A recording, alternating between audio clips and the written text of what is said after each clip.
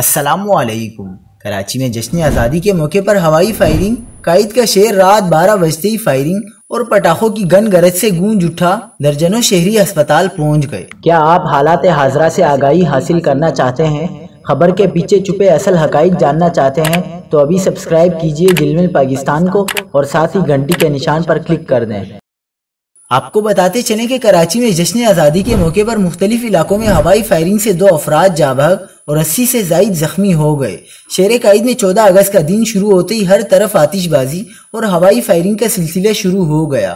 بغدادی تھانے کی حدود لیاری رینجرز ہیڈ کوارٹر کے عقب میں فائرنگ کی زد میں آ کر ایک شخص جاں بحق ہو گیا۔ مقتول کی لاش سول اسپتال لائی گئی۔ پولیس کے مطابق مقتول کی شناخت 30 سالہ عبدالوہاب ولد عبدالغفار بلوچ کے نام سے کی گئی۔ مزار قائد پیپلز چورنگی کے قریب جشن آزادی پر کی جانے والی اندھادھند فائرنگ کی زد میں آ کر جواں سال لڑکی جاں بحق ہو گئی۔ لڑکی موٹر سائیکل پر اپنے بھائی کے ساتھ جا رہی تھی۔